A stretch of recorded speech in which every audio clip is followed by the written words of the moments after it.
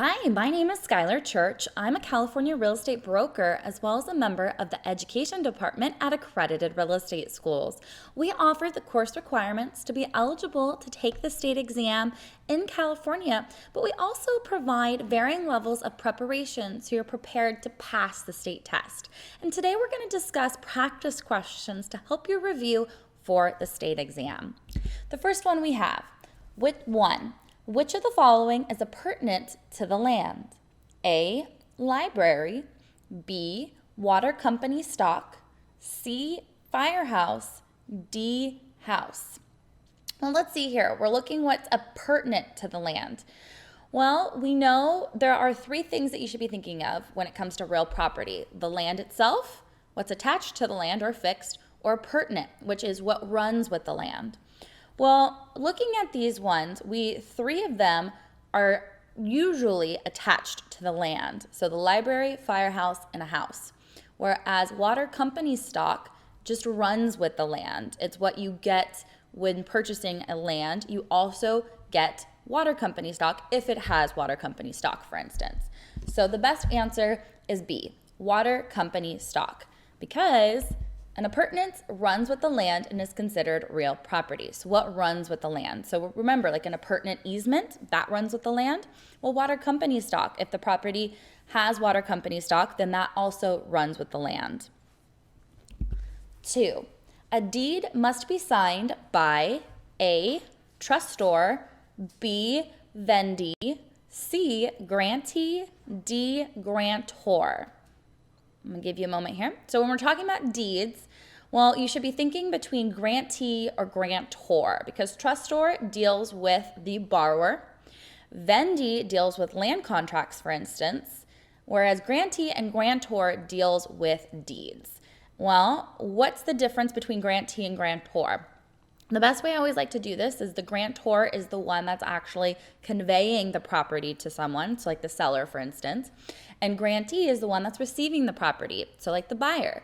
And a deed must be signed by the one conveying the property, so the grantor. So let's just kind of go over these terms real quick. Trustor, remember, it's just a borrower of a trust deed. Vendee is the buyer/borrower of a land contract. Grantee is the person receiving real property, and the grantor is the person conveying the real property. And the one conveying the real property is the one that must sign a deed. The grantee is one that's receiving real property. Of course, if anybody could just sign it and say, hey, I want your property, so I'm signing it, and it's valid, that would be absolutely chaotic. Whereas grantor is the one who actually owns the property and the one that can convey it. So they must sign the deed. 3, a seller carried back a note. If the buyer defaults due to job loss, what is seller's most likely action? A, quiet title action, B, foreclosure, C, specific performance, D, novation.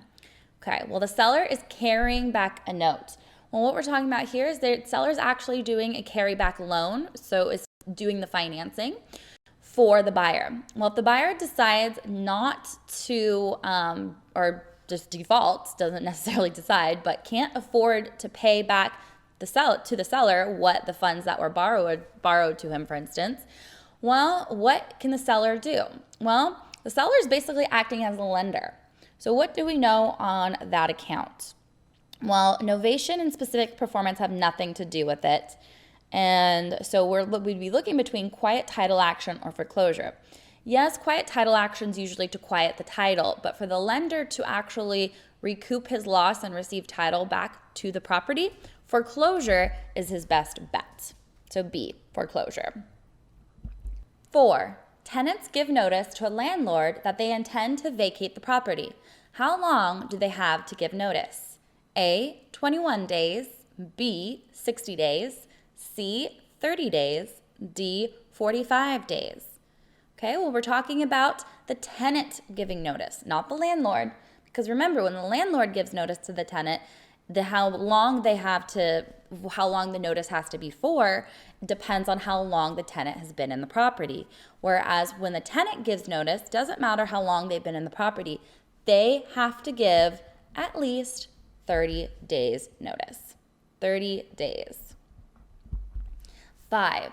CC&Rs deed, 5. CC&Rs deal with A, restrictions, B, financing, C, escrows, D, zoning. Well, what are CC&Rs? CC&Rs are covenants, conditions, and restrictions. Well, it's in the name, so we should be thinking restrictions is the best answer, but let's just break it through to make sure. Well, CC&Rs are an encumbrance, and an encumbrance limits title to the property, and CC&Rs limit it by use. So that is restricting them. It doesn't deal with financing, doesn't deal with escrow, and it doesn't deal with zoning. So the best answer is restrictions. Thank you for watching. If you have any questions, feel free to contact us at Accredited Real Estate Schools, and we'd be glad to assist you. Also, make sure to subscribe to our YouTube channel, and good luck with your real estate career.